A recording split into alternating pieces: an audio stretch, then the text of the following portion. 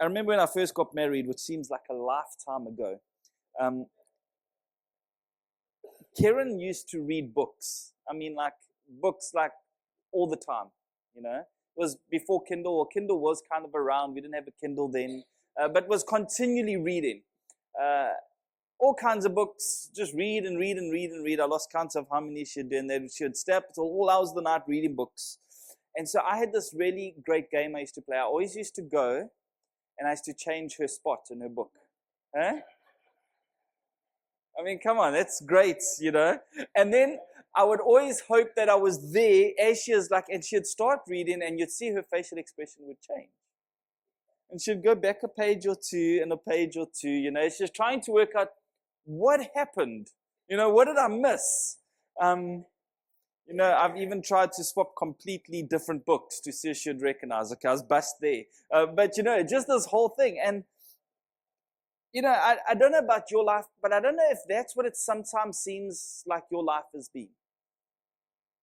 As you go into a new chapter of your life, you kind of need to stop and kind of look back and go, what happened, What happened from a year ago to now? How have things changed? Or maybe it's the job you started. That's it. I've got this job, and this is going to be like 5 months down the line, you find yourself paging back, what happened? Where was that? Or where did the chapters go wrong?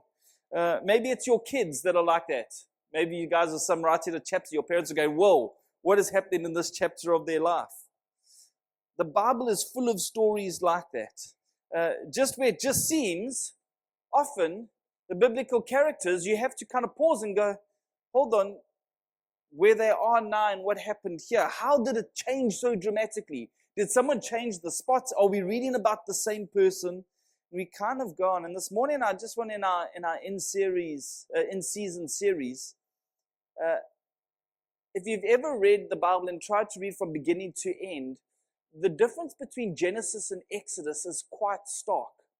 The end of Genesis ends with Joseph going to bury Jacob. So it's the whole story, God's plan and his people, and he's about to go bury Jacob. And if you know the story of Joseph, he's one of those characters where it just seems like every chapter, we love reading his story, but imagine being that guy. Every chapter just seems to be like, whoa, one moment this, one moment that. God has this call upon his life. God says, favor upon you. You're going to lead, and you're going to have influence and power. And everyone's like, and Joseph's like, yes, I want that chapter of my life. And then next minute you turn over, and what have his brothers done? They've sold him. Okay, so if you've got more than one brother, just be careful. Okay, and you're the youngest. They've sold him. Okay, and he's gone off to slavery. He's dragged off to Egypt. God, you've given me these visions. People have testified to it, and all of a sudden, this person of influence is being dragged off against his power. We know that in Egypt, things start to go well, but then he's falsely accused time and time again. And he's eventually jailed. Just when you kind of think, okay, God, the chapter didn't start off so well, and there's a bit of but maybe the story is going to change now. Maybe the plot in my life is just going to grow a little bit better, and things are going to go exactly how I thought they would. But it doesn't. He's in jail a few times in Egypt. And eventually he's brought to Pharaoh's attention with his interpretation of dreams. And if you read the end of Genesis, you'll know that God uses Joseph to save Egypt and his own family from famine. And I love the end story, It's kind of, they don't recognize him, and he stands up there with this man of power now in Egypt who was jailed a few times, and, he was sold as a slave, and he stands up and he reveals himself to his brothers, and it's this, it's almost like a Hallmark movie. And he's in this great position. But the end of Genesis ends off where he buries his father and returns to Egypt. There's about 70 of his family. And we know that from there, we see the start of Israel. But then you go to the book of Exodus. And the story is completely different. From this high note at the end of Genesis to this really low note in Egypt. Israel is in Egypt. And all of a sudden, they've gone from 70 to about 4 million. And they've gone from power to slavery. Exodus gives us an idea. So they put slave masters over them to oppress them. With forced labor, they built Pithom and Ramesses as store cities for Pharaoh. But the more they were oppressed, the more they multiplied and spread. So the Egyptians came to dread the Israelites. and worked them ruthlessly. They made their lives bitter with hard work and brick and mortar and with all kinds of work in the fields. In all their hard labor, the Egyptians used them ruthlessly. You see, the book of Exodus opens up where the chapter is terrible. It's a terrible circumstance. It's not great.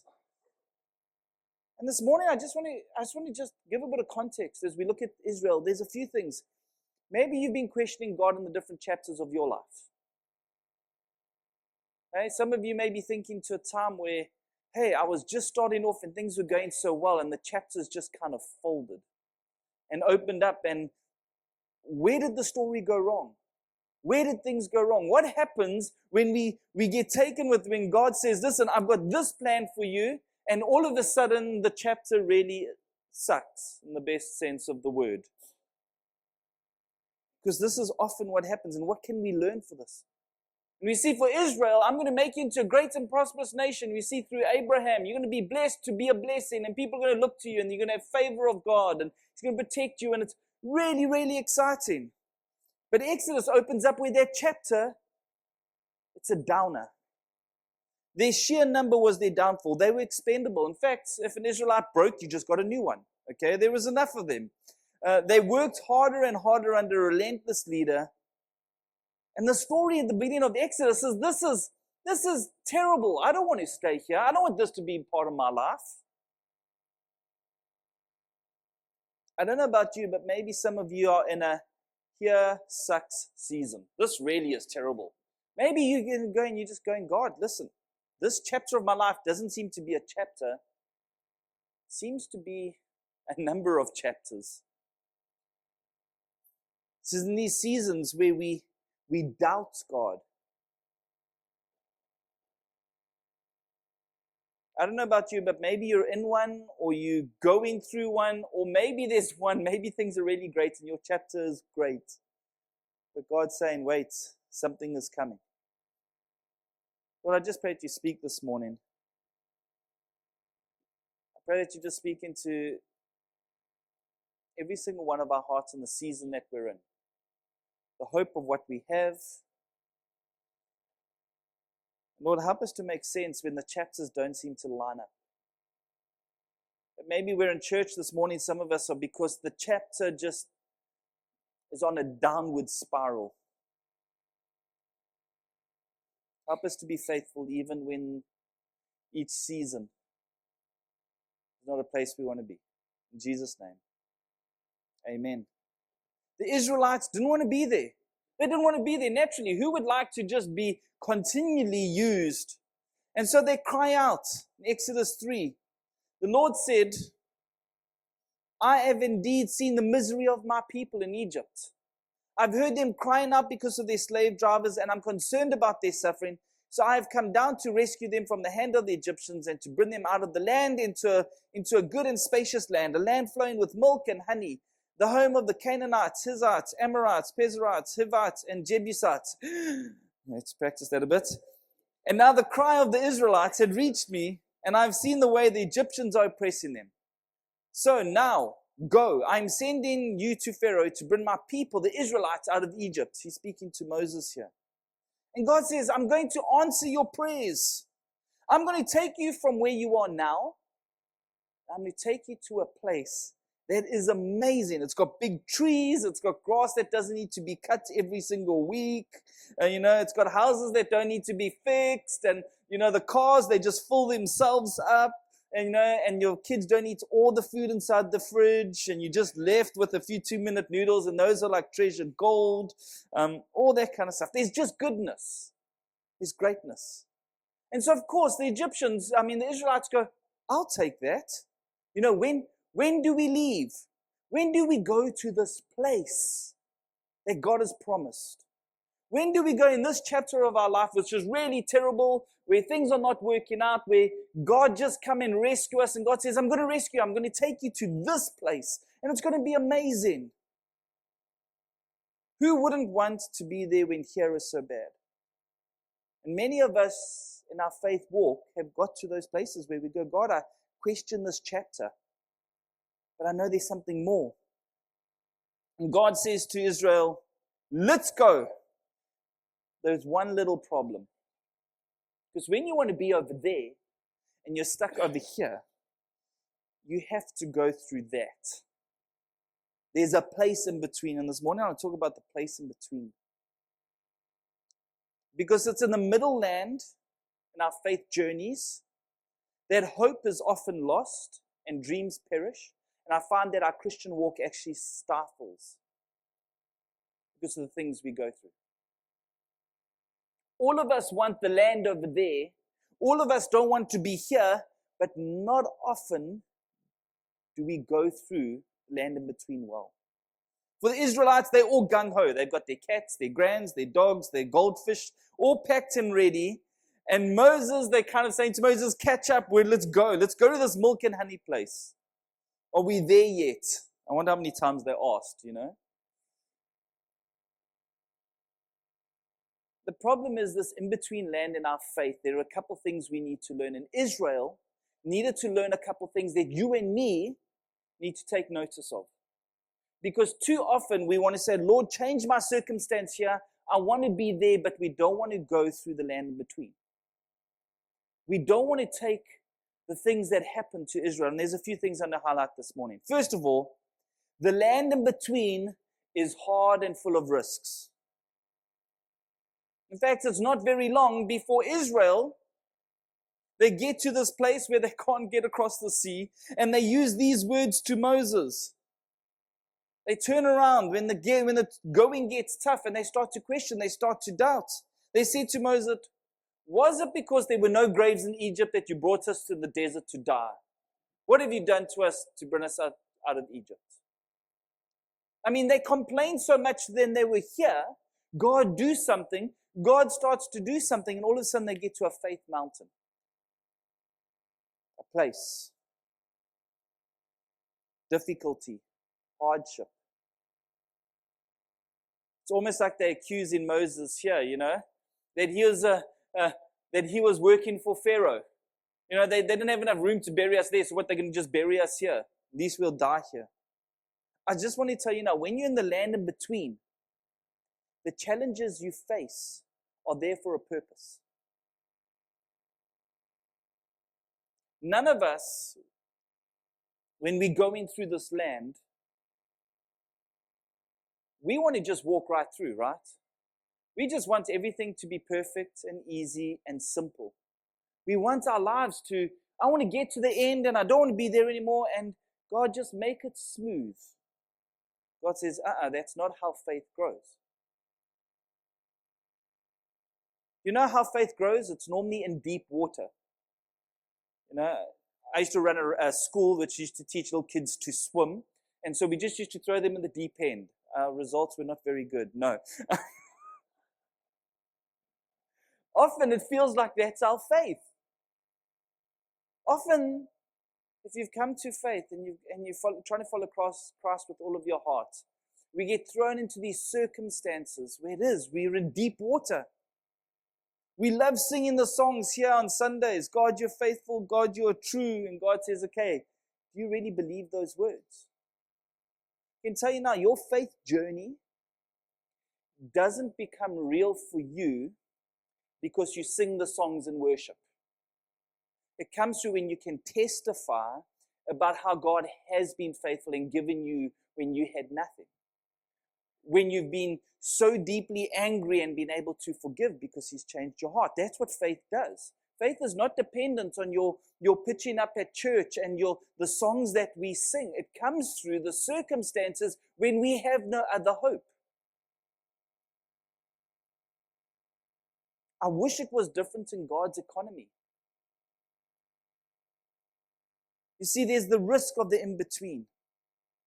And maybe you're new to faith this morning. Maybe you've renewed your faith and you're saying, okay, that's it. It's easy sailing. God, I've been faithful, so bless me, use me, and make my life what it should be. Take me to the land of milk and honey.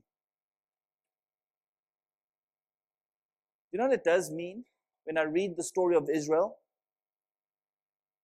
It reminds me that God is continually refining, and we did a refining series a little while ago. But that we actually need to be thankful for when we go through difficulty because of faith. Some of us want to avoid it. Some of us doubt, just like the Israelites. God, you've left us. We're going to die here. But do not. We need to be thankful when we stand in those moments where we don't know what tomorrow holds and say, God, I'm thankful that I'm not alone in this, that you're with me. Because you see, those trials strengthen our faith. They bring us closer to God. I wish I'd actually written this down. I remember reading it was a guy who came from a country where the Christians were being oppressed in Africa. He moved to the States, and he is just telling the atrocities of what happened in his country. And his testimony was this, but how he longs to have the same faith that he had then. Because now he's living in a place where they have luxury and all the needs and every want, and there's no need to depend on God anymore. And that his faith was much stronger when his life was on the line for the sake of the gospel. Church, I want to tell you now that your faith doesn't grow because the road is easy. It grows because there's mountains. And here they are. God, Moses, you've just left us. You've abandoned us. We forget that God was still a pillar of smoke and a ball of fire during the day. They doubted God's plans. Time and time again, we see God pitch up when faith is needed. I want to remind you this morning that if you are in a place where you are hating the chapter that you're in, trust in God. Because your faith has been so much stronger than if it was easy. You see, in the middle place, we'll often be drawn to our knees because we have nowhere else to stand.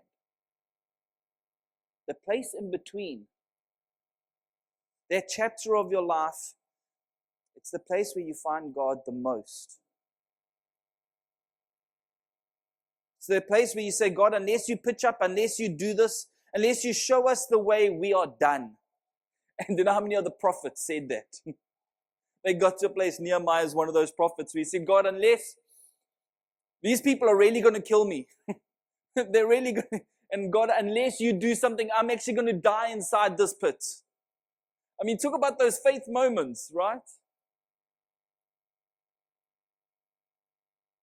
The middle place is full of risk and hardship and trial. But I want to tell you now, it's full of faith growth. I can tell you now, when you go through difficulty and you are forced to rely on God, it's when you know Him most intimately. It's when you cling to Him the most. That's when you know He matters more than anything else in this world.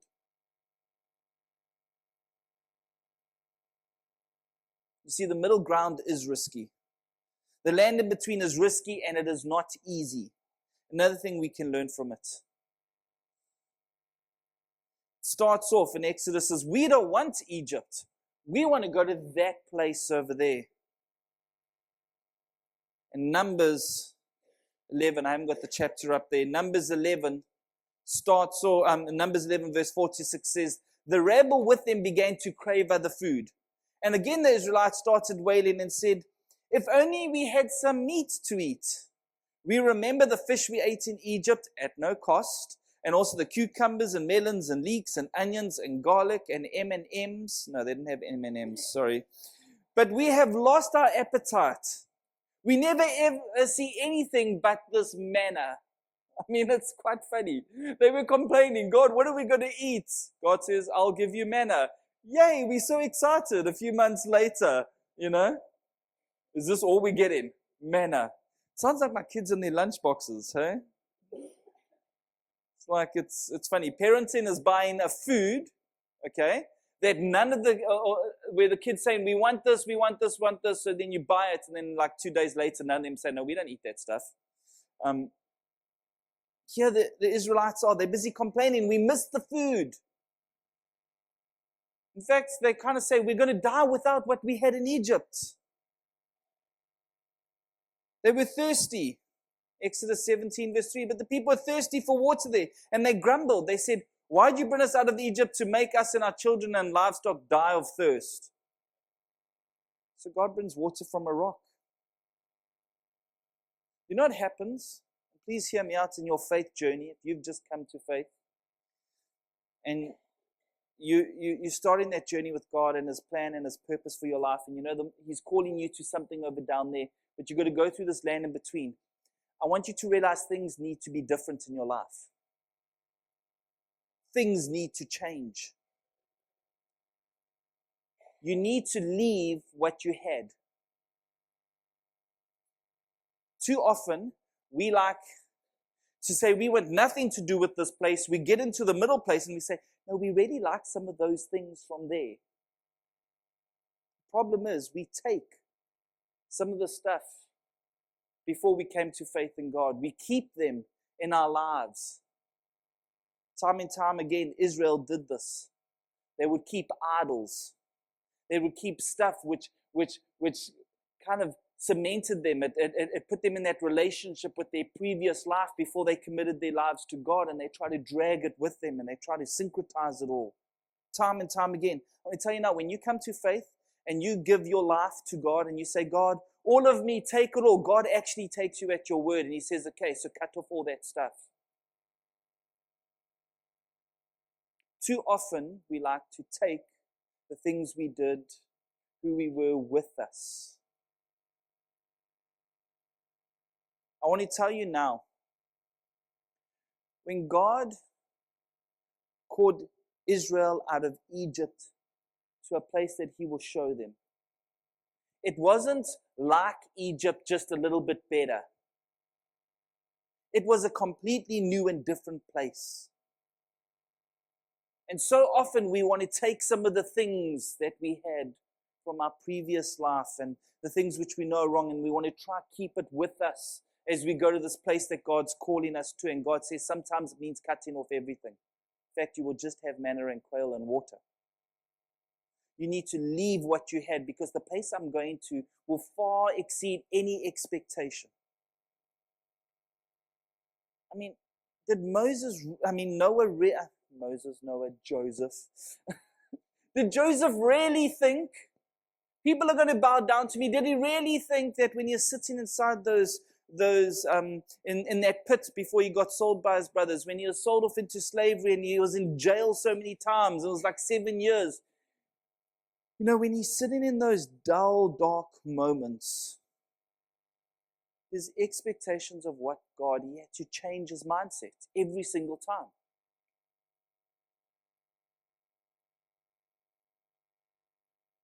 There's a saying, and I couldn't find it.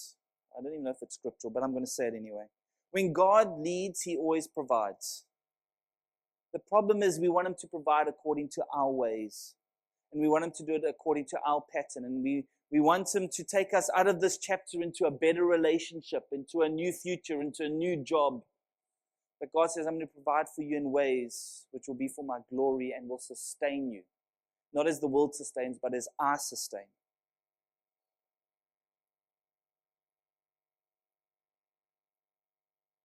When I read the story of Israel between now and there, here and there, when I read that story, do you know that I get the image of? Just how did you not see that God was so faithful? That He was providing, that He was at work.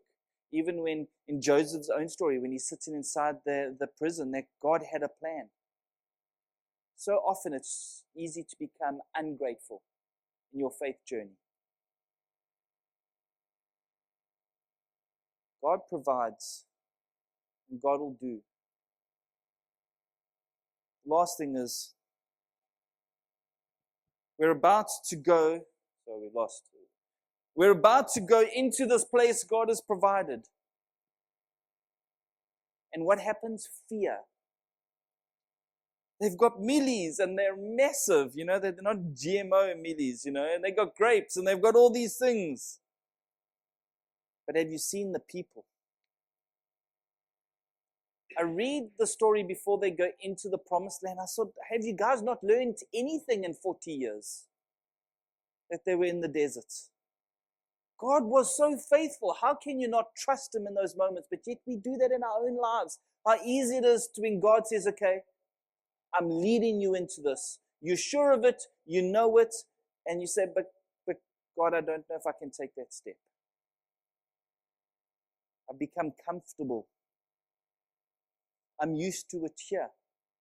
I hate it there. I begin to love here. See, fear isn't the problem. It's a natural response. It's being controlled by it that it's a problem. How often do you let fear stop you from doing the things that God has called you to do? To take the risk that you know He has definitely called you to. People have affirmed it, but you've never stepped out into it. Or maybe it's self-doubt. I don't know if I can do that, God.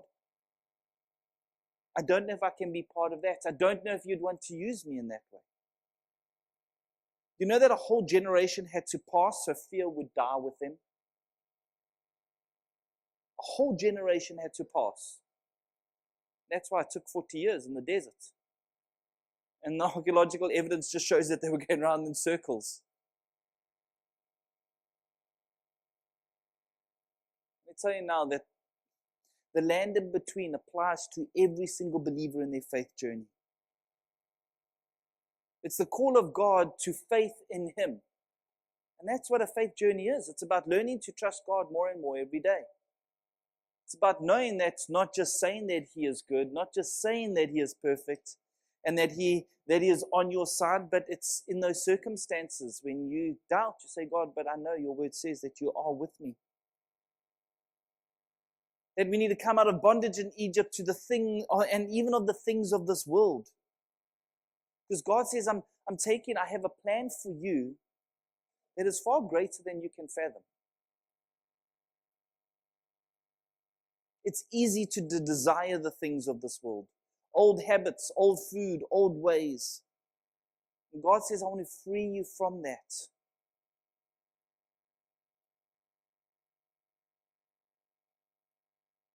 We have to be careful of avoiding the hard calls of God. Imagine if they had just turned around when they got there to the Red Sea, Sea of Reeds, there's an interpretation there, and Pharaoh's coming down on them. Imagine if they had said, okay, that's it. Everybody turn around, let's just go back. Let's go back to Egypt. Would have been a story that would probably never have been recorded. No one would know about the Israelites. Imagine if God had actually given in to every time they doubted. You thought about that? No, God is faithful, and He has a calling upon their life. And He's literally, it's like that story, the man walking along the beach. And he says, God, in my life, when life was good, I noticed there were 2 sets of footprints. And, but when my life was bad, I noticed there's one. I don't know if you've heard that story, maybe some younger guys.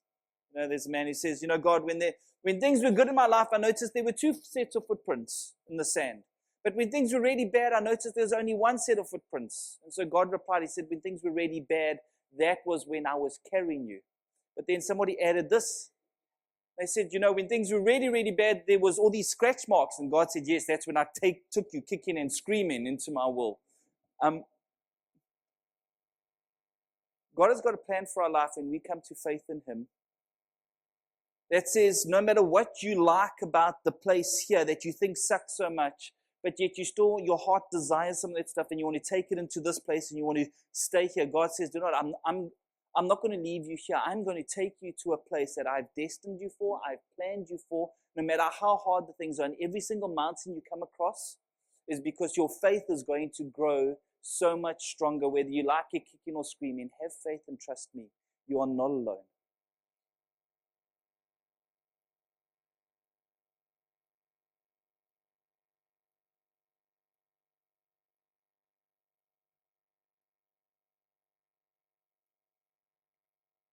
It's really hard